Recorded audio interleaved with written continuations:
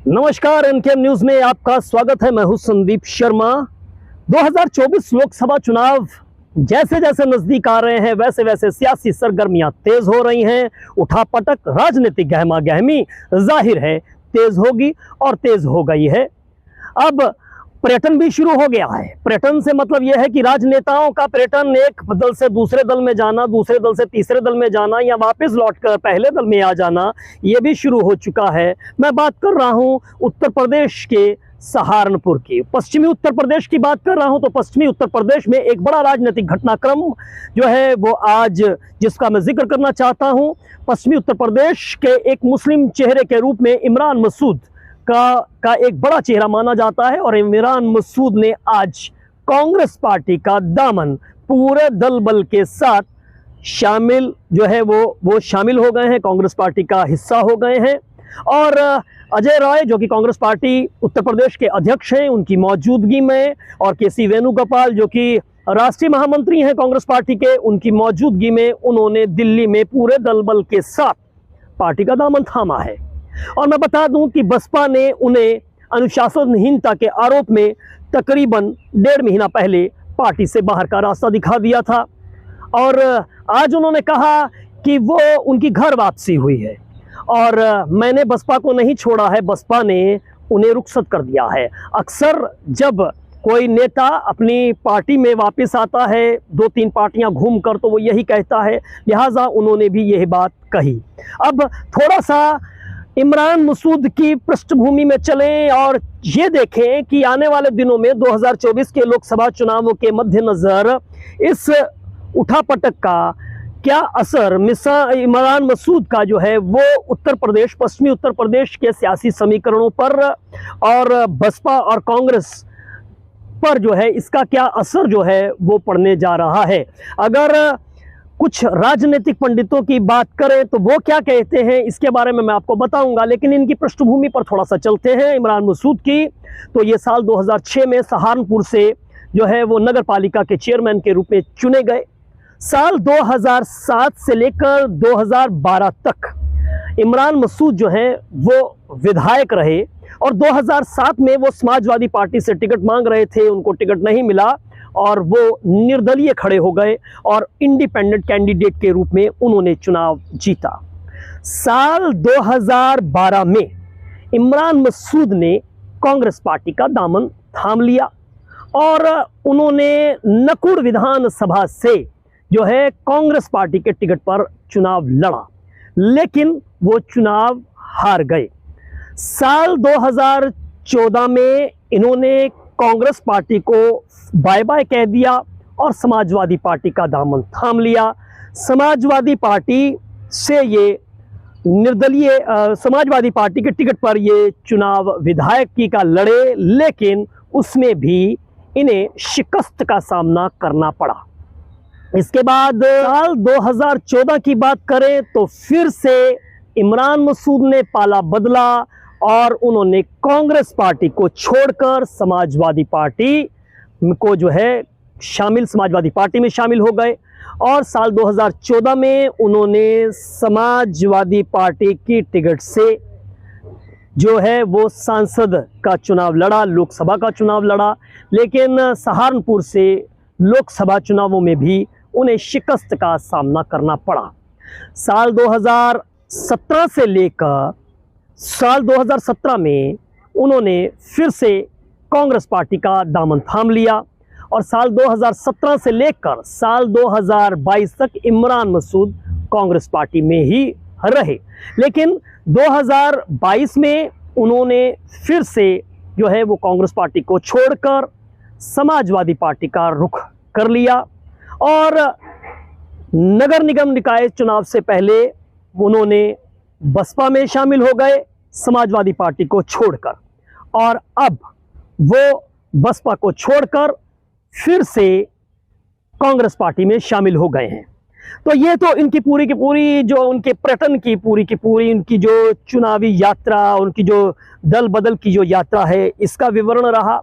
अब सवाल यह है कि इमरान मसूद ने कांग्रेस पार्टी में शामिल होने के लिए बसपा को छोड़ा या बसपा ने उनको निकाला।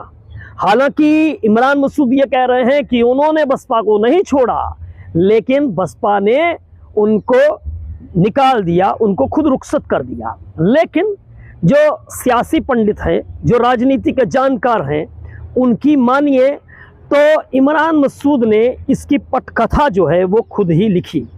इमरान मसूद बसपा में रहते हुए जो है वो राहुल गांधी की जमकर तारीफ कर रहे थे, यानी कि उसका प्लॉट जो है वो तैयार कर रहे थे इस कहानी का।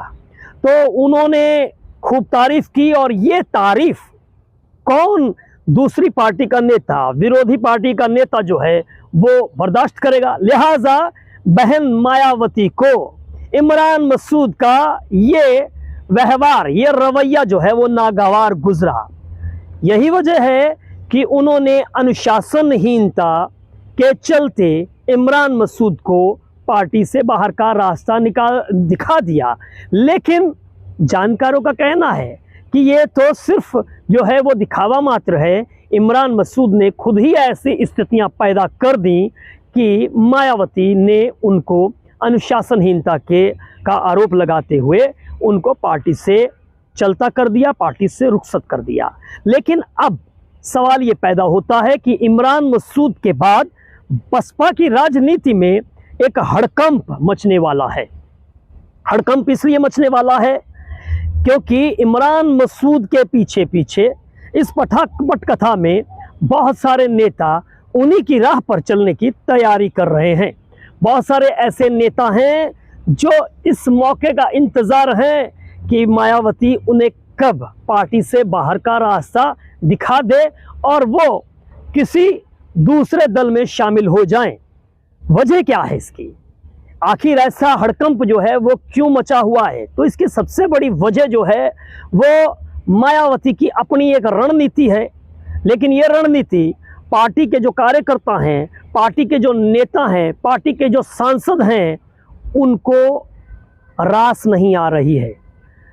मायावती ने इस समय एक अलग राजनीति की राह पकड़ी है।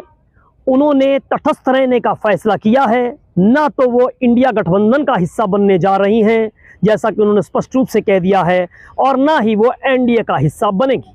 लिहाजा पार्टी के सांसदों में, पार्टी के नेताओं में एक तरह का जो है वो असुरक्षा का भाव पैदा हो गया है। उन्हें लगता है कि थर्ड फ्रंट की यहाँ तक बात करें, जो कि थर्ड फ्रंट जो है वो मौजूद ही नहीं है, ऐसी स्थिति में उनका क्या होगा। उनका बहुत सारे पार्टी के जो नेता हैं उनका मानना है कि पार्टी को इंडिया गठबंधन के साथ में होना चाहिए या एनडीए गठबंधन का हिस्सा जो है वो होना चाहिए। लेकिन मायावती की इस रणनीति का असर जो है वो बसपा पर पड़ता हुआ दिखाई दे रहा है। बसपा के कई नेता जो हैं, कई कार्यकर्ता जो हैं, कई सांसद जो हैं, वो अब इस ताक पर बैठे हैं कि कब वो पार्टी को छोड़कर किसी दूसरे गठबंधन का हिस्सा बन जाए। और ऐसी ही फहरिस्त में शामिल एक बड़ा नाम है जो बिल्कुल इमरान मसूद की पटकथा पर ही चलते हुए दिखाई दे रहे हैं, वो दानिश अली हैं। जी, मैं उन्हीं दानिश अली की बात कर रहा हूं जो खूब चर्चा में है इन दिनों के अंदर, जिनको भारतीय जनता पार्टी के जो दिल्ली से सांसद हैं, दक्षिणी दिल्ली से रमेश विधूड़ी, उनको जिस तरह की शब्दावली के साथ में जो है उनके ऊपर अटैक किया था, उसको लेकर इमरान मसूद खूब चर्चा में आए। बड़े बड़े नेता उनके यहाँ पर उनसे मिलने पहुँचे और राहुल गांधी भी मिलने पहुँचे। राहुल गांधी की उन्होंने इस मुद्दे पर जमकर तारीफ भी की। वहीं मायावती की बात करें तो मायावती ने इस मुद्दे पर महज एक औपचारिकता के लिए एक ट्वीट किया, जहां पार्टी के दूसरे बड़े बड़े नेता इस मुद्दे पर दानिश अली से मिलने के लिए जा रहे हैं, वहीं पे मायावती सिर्फ एक ट्वीट करती हैं। अब दानिश अली भी जो है वो राहुल गांधी की जमकर तारीफ करते हुए नजर आ रहे हैं, बिल्कुल वैसे ही जैसे इमरान मसूद जो है वो तारीफ करते हुए नजर आ रहे थे। इमरान मसूद को लेकर जब से पार्टी से उनको निष्कासित किया गया है, उसके बाद ये अटकलें लगाई जा रही हैं कि वो कहाँ जाएंगे, क्या वो राष्ट्रीय लोक दल का हिस्सा बनेंगे या फिर वो कांग्रेस पार्टी का हिस्सा बनेंगे। अब इमरान मसूद जो है वो जाहिर है कि उन्होंने भी इस पटकथा को सोच समझकर उन्होंने इसका चयन किया है, क्योंकि उनको पता है कि अगर वो इंडिया गठबंधन के साथ में हो जाएंगे तो राष्ट्रीय लोकदल की बात करें, जिसका पश्चिमी यूपी में का अच्छा असर है, और समाजवादी पार्टी का समर्थन भी उन्हें मिलेगा। अब कांग्रेस की रणनीति की बात करें तो कांग्रेस जो है वो इस समय 2024 के लोकसभा चुनाव जो है वो एक जीवन मरण का प्रश्न जो है वो कांग्रेस पार्टी के लिए भी बना है, अस्तित्व का सवाल है। लिहाजा कांग्रेस पार्टी की रणनीति यह है कि ऐसे लोगों से संपर्क साधा जाए जो कि मजबूत नेता हैं और उनको जो है वो कांग्रेस पार्टी में शामिल किया जाए।